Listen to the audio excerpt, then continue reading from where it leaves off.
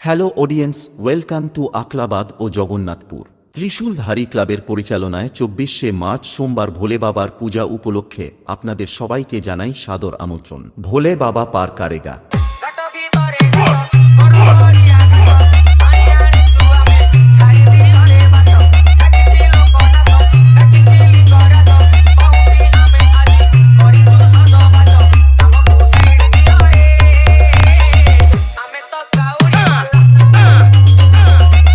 সেই সঙ্গে বিশেষ আকর্ষণে থাকছে কেউট গেরিয়া লক্ষ্মী তলা থেকে শিবানী স্টেজ লাইট।